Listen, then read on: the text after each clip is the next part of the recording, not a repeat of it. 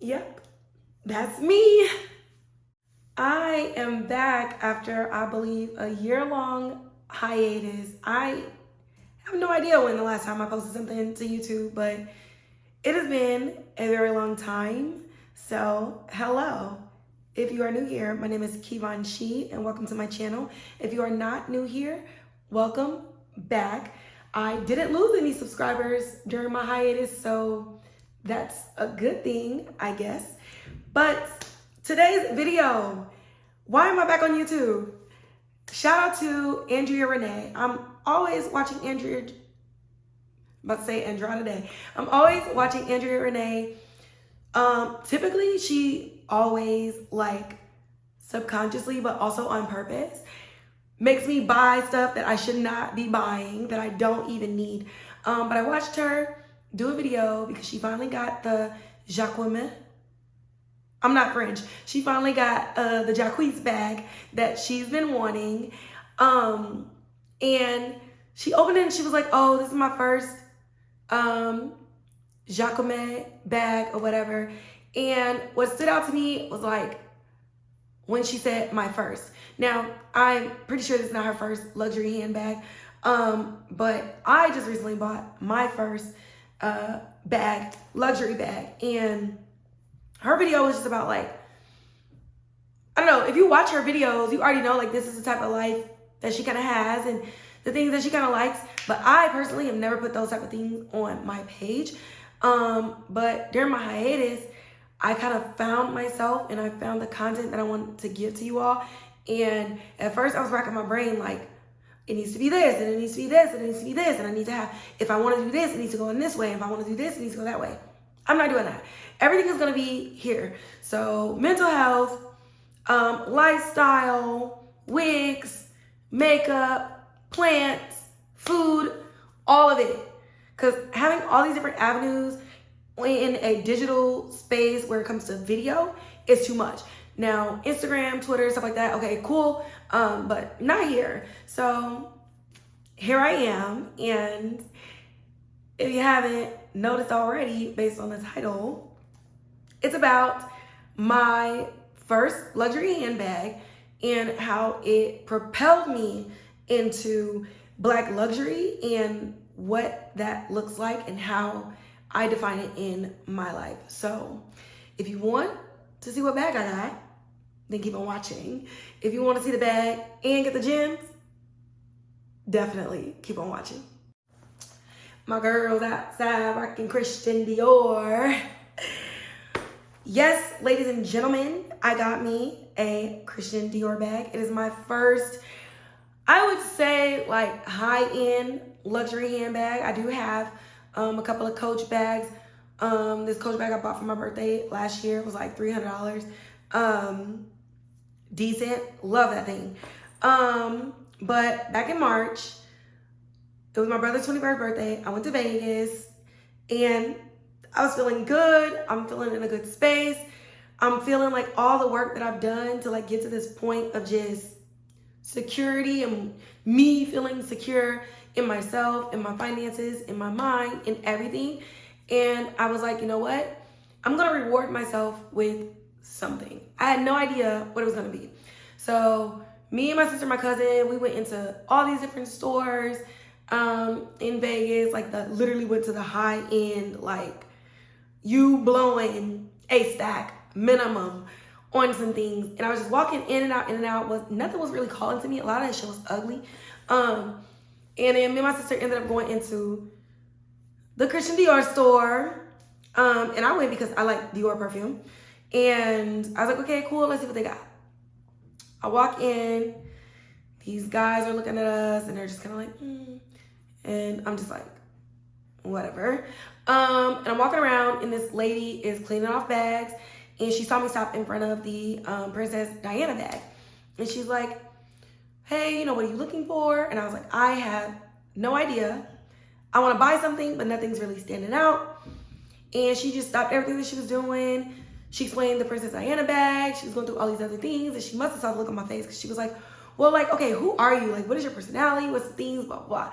So we're, like, talking all those things. And she's like, oh, my God, it's your first bag. Like, I remember my first bag. She took me to her first bag, and I don't know if this was a real story or not, but she showed me the first luxury handbag that she bought, and it was the big like Christian Dior shopping bag that has like the like wool on it, kind of like Burberry in a sense. I don't know.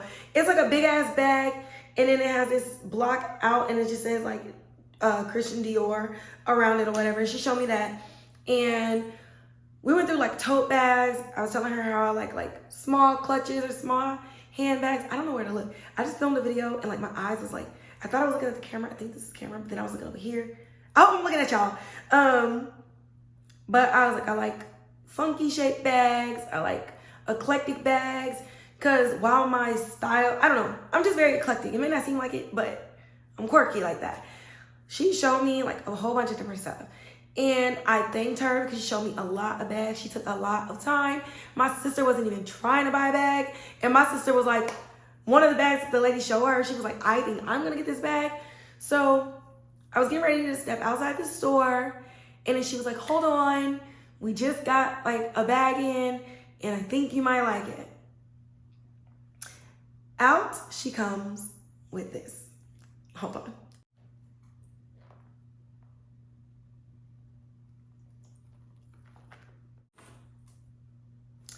She put this bag in front of me. I looked at the bag. I looked at her. I looked at the bag. I looked at my sister. I looked at the bag. I looked at her. And my sister was like, you're buying it, aren't you? And I said, yep. And that was that. I didn't ask for the price. I didn't ask for anything. And she went and she bagged it up. And previous purchases, like big purchases, things that I knew I needed, right? I would just feel so much anxiety about spending so much money on like one thing. And I always was thinking like, well, what is this thing gonna do for me? And how am I gonna get my return on my investment? And all this other stuff. And in this moment, I was just like, you know what? Luxury for me is mentally breaking free of the bounds that made me feel like I couldn't afford things in the first place. And from there, my aperture, like I literally feel like I unlocked something else in my brain. Like, you're not broke anymore. You're not poor. You have a roof over your head. You have your health. You have all these things. Life is short. Get the fucking bag, girl. Literally and figuratively, okay? Getting to the bag and getting this bag. Like, first of all, navy blue. You see it. Navy blue. I love navy blue, and this gold just pops against it. It's like slight bubble. It's small, but it has like these little side compartments that if I just take my phone out of the case, literally slides right in, you can't even tell. The zipper has everything that you need to put your cards and everything in. I've put in like full-blown lip gloss up in here, my keys, stuff like that. Like, I don't know, I'm really good at Tetris too, the game. So maybe it's me, but I could put stuff in here and it literally has not changed the shape. I love this damn bag. The logo is super simple. I don't necessarily like huge logos. Not like that, unless it's like Gucci, you know, stuff like that. Because people tried to tell us that it was tacky, but then now all of a sudden Gucci puts like big ass shit everywhere, but not the story. Yeah, so that just got me on the path of what does luxury look like for me, right? And luxury looks like when I go to the plant store for the umpteenth time and someone says, are you looking to spend like, you're trying to get like a cheaper plant? And I say, because I did say this to somebody, I was like, oh, I don't have no budget. And it felt really good. My friend was like, oh shit, you balling. But it's just like, For the first time in my life, I'm walking into stores not thinking about the price tag. I'm walking in getting exactly what I want because I want it and because I can. Now, it's not to say that I'm walking around here, super recklessly. And it's not to say that I still don't feel like I'm spending too much money on rent because the price done went up and I'm not seeing the effects of these changes for this price tag. However,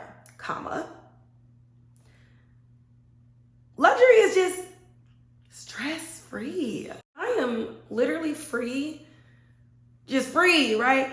And the moment I felt it, I was literally walking around like Oprah, like, you be free and you be free and you be free. Like, I wanted everybody to feel how I feel because it feels really good. And then, even though I knew this was gonna be my first video back, literally, I watched Andrea Renee's video today and I was like, I'm filming this today. Early, like literally, I was at a doctor's appointment, whatever, and I was just scrolling through Twitter and I saw a tweet about Black luxury. And I was like, that's crazy because I'm about to talk about this. So I'm gonna read it and it's from @IvyAnthony95. He or they, not sure, said, I might get dragged for this, but the rise in Black luxury experiences now feels empty. A lot of the events just come across as elitist and performative versus I just want Black people to experience nice things. I don't know, please correct me if I'm wrong.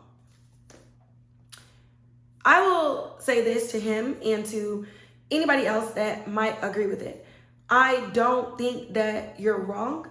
I think that the spaces you put yourself in is making you feel this way. And the reason I say this is because people bash Black people for living luxurious, like their wealthier counterparts. Like, you could literally have like a Black wealthy person and a white wealthy person, and that white wealthy person, maybe they don't have spinners on their car, but they got an 18-bedroom house, a 12-car garage, a sweater that looks ugly to you but costs $5,000, right? They're stunting in your face.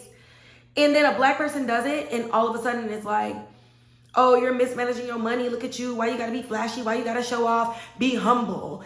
And it's like, no, I'm going to do what the fuck I want to do with my money. I'm living luxuriously. I'm living stress-free. I have no worries. So why do I have to hide what that is? Why do I have to feel ashamed for getting out of where I came from? Whether it's the mud, whether it's nepotism, whether it was the middle class, whether it's your education, why should I, as a Black person, have to feel ashamed for wherever I started and then banking on that and making it even better? And I feel like that's where a lot of that mindset comes from when other Black people see other Black people living luxuriously. Case in point, it feels empty. Is it empty? Or are you putting something on them that they don't necessarily need, but you need to figure it out on your own? What is your relationship with luxury? What is your relationship with Black wealth? What is your relationship with finances?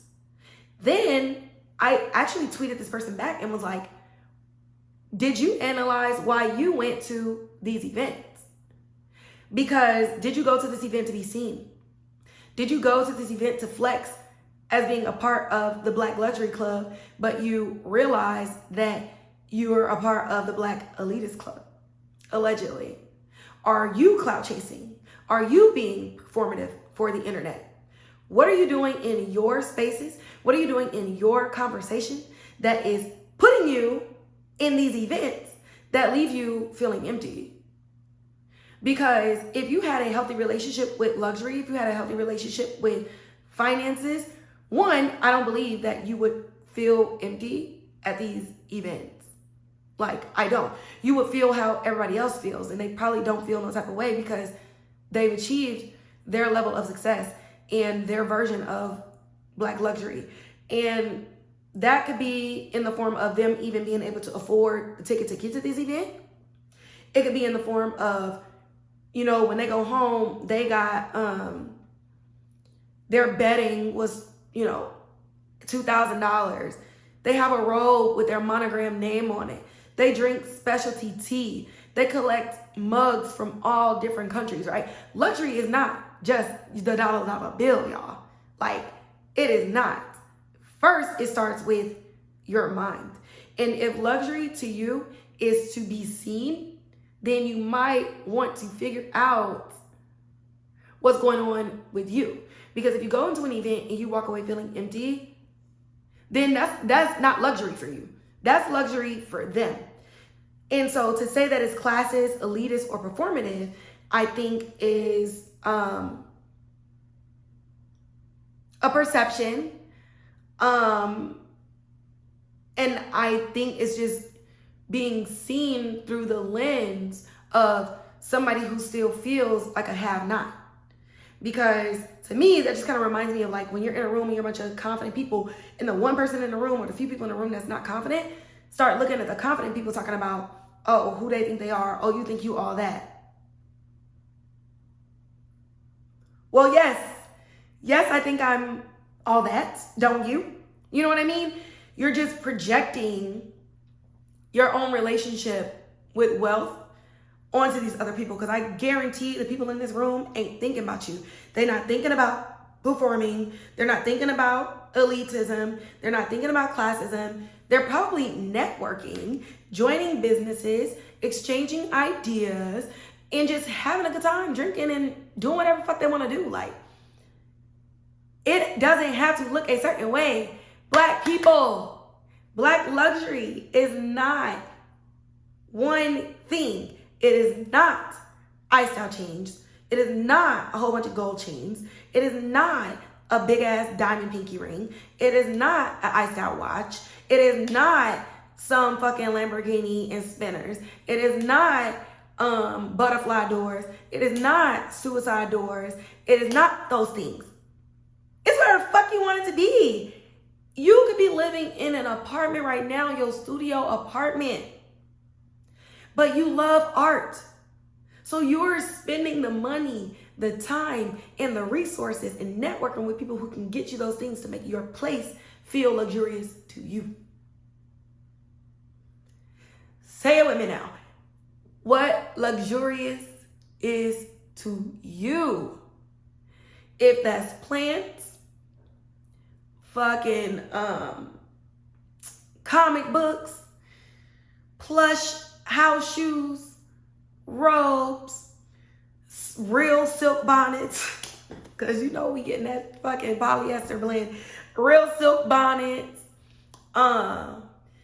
your bedding, your cookware, whatever it is. Blow a bag on it. Stop shackling yourselves to this one thing. It is just, again, and I'm doing it now, I just want everybody to just break free, right? Take the shackles off your mind so you can dance, okay? Or whatever Mary said. Live. I promise you, the first time you make a purchase that is for you, that is guilt-free, and in your mind, you're purchasing it and you're saying, I deserve it. I'm swiping my card. I'm not even about to look at my bank account, and I'm going to pay this, and I'm going to go blow some money on dinner to celebrate that I blew some money on something else. The first time you do that and there's no guilt and you go to bed and you ain't checking your bank account and you ain't doing none of that, it's going to feel good. And I promise you, you do not have to be a millionaire to do that. You do not have to have thousands on thousands in your bank account to do that. Start small. A cup of tea, some coffee, placemats. And I bring up placemats because my brother's ex-girlfriend, if you watch this video, I don't know who she is, got me some placemats from Africa. I forget which country she's from in Africa. But I got some things sitting out because to me, that's letting me know I need to go to this place. That is on my bucket list for me living luxuriously, like luxury to me is also traveling, especially being able to go back to the motherland and just visit these places that my ancestors was snatched up from. So it's just really all in how you define it for you. And if you go into spaces looking at other people and holding what they look like as your definition of luxury, then I think that is where the error is, not necessarily the event itself. So I would just say, if anybody feels the way that he feels or agrees with that, just listen to my words and know that in no way, shape, or form am I like judging those feelings. Being somebody who just who spent like a year coming out of just this downtrodden mindset, like you have no idea how much that mindset affects every other aspect of your life.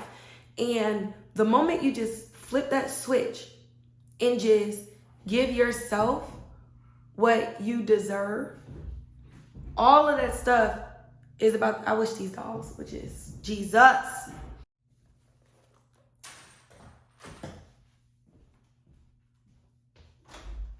Have a seat. I'm like trying to look at the TV, so everything is opposite right now. But it's so simple and sleek. I've been wearing my purses like a grown-up these days. I used to always wear them like crossbody because when I was a little girl, that's what I was told to do so you don't get your purse snatched. But I'll be over there like this. My dress kind of looks navy blue in this too, but super simple, goes with everything. Like living my best life, got my plants, got some of my vinyl collection. There's some over here on the wall, and there's a bunch out there. There's some over there on the shelf. I'm just living it up, y'all. My tan lines just came back from Hawaii. It was a great time. A luxurious time, if you will. No, but in all seriousness, like once you flip that switch, you just shed everything. Like the conversations that you have and the conversations that you used to have are gonna change. You're gonna be hearing some stuff and you're gonna be like, damn, was I sounding like that? Was I talking like that? Like, and all it starts with is I deserve, therefore I will. And things will just start happening. Like so many things have happened in my life that I didn't realize that I was doing that would get me here. And I'm super grateful to watch it unfold. I'm astounded that I'm experiencing it. I can't wait to experience more of it.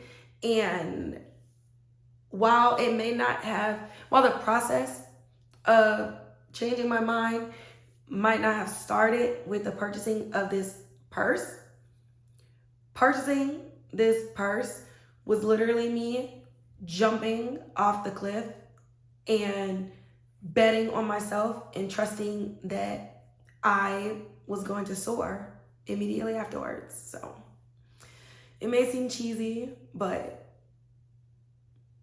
I'm fucking happy. Like I couldn't be happier, and I know more happiness is gonna come. I can't even imagine what that's gonna feel like. Pretty sure my face is gonna break, but it is what it is. I'm ready for it, baby. So that's gonna wrap up this episode.